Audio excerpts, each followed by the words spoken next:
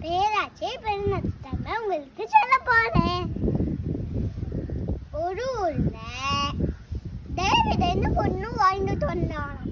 அவ ஒரு வாட்டி துணி காய் போட்டுட்டு இருந்தாளா, அவளோட போர்வை பறந்து அது காட்டுல பறந்து ஓடிச்சு.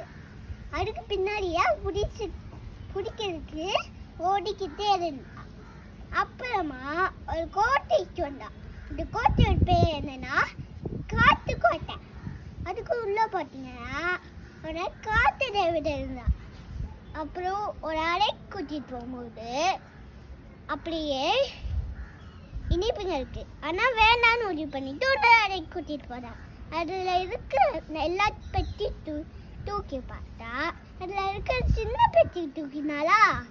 அப்புறம் அப்படியே அவளை வீட்டுக்கு போனான்.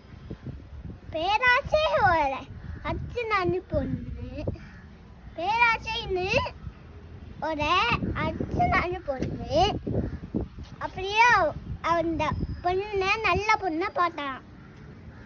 அப்புறமா நானும் ஒரு அரைமைக்கு போட்டா அவளுக்கும் தங்கத்தை இருக்கணும்னு இனிப்பிங்க இருந்துச்சான். அந்த அறைக்கு கூட்டிட்டு போனானா. அப்புறம் ஒன்றுன்னா வைக்காம ஃபுல்லும் சாப்பிட்டாலாம்.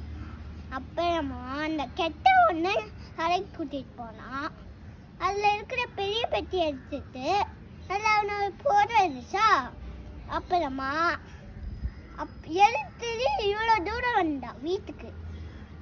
அப்புறம் போர்வை இருந்துச்சு.